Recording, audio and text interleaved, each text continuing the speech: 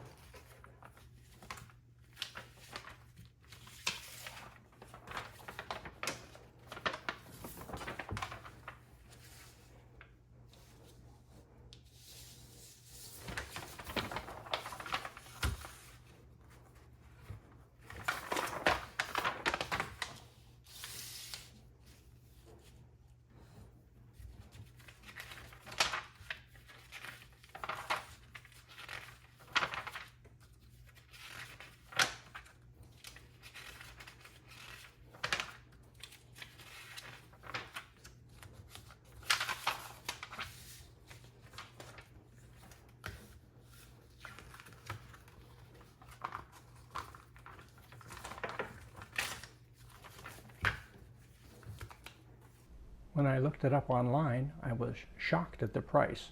Brand new, they cost $829.95. Also, if you wanted to pay monthly payments, you could pay $70 a month. But I paid about $75 for this one. And it appears brand new. There is no real evidence that it's actually ever been used. It came in a big cardboard Manfrotto box, in fact. The panorama rotating head at the bottom of this device is actually sold as a separate item for about $95. So the first thing I did when I got it was take it apart to get at the two focus rails to see if I could use them independently of the rest of the unit.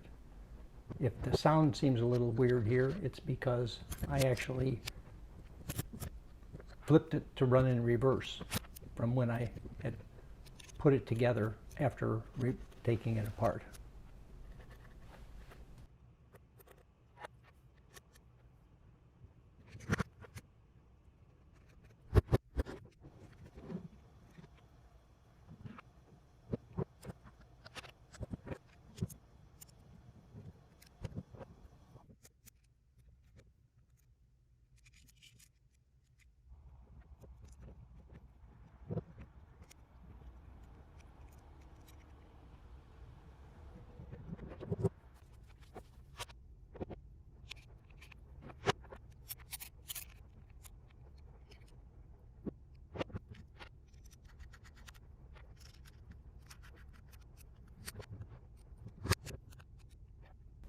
Next, I'll be mounting two Manfrotto quick release plates, the male and the female, which I keep one on my camera all the time, so this makes it easier to use it as a focusing rail. I was a little disappointed in the focusing rail capabilities of these two rails because they're not really designed for focusing, so a real Manfrotto focusing rail would have a long slot in the top to position your camera any place along the rail that you want.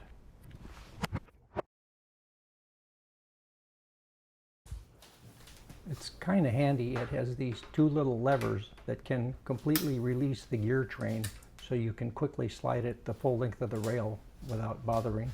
And then after you put the lever back on the X or the Y rail, then you can use the rotating knobs for micro adjustments for the X and Y axes.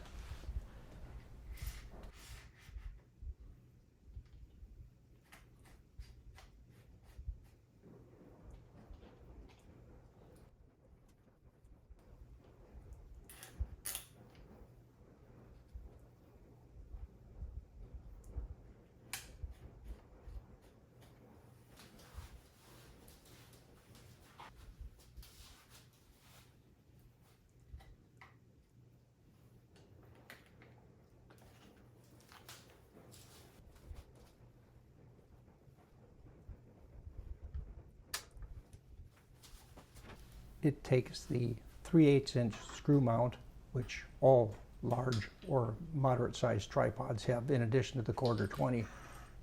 So it probably wouldn't fit without an adapter on a little bitty tripod. But it's a pretty big, heavy unit, so you wouldn't want to put it on a little bitty tripod anyhow.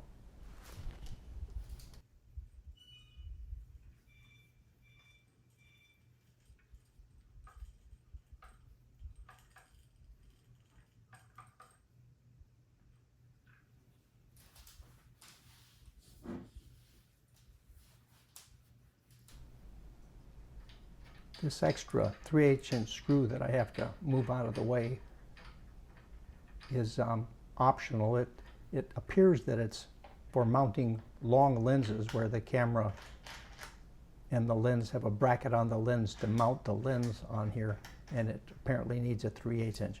I don't know, but that's what I inferred from reading the manual. But it's a semi-captive screw, so you can back it out so it's out of the way without losing it, and then put it back when you're done in case you ever do need it.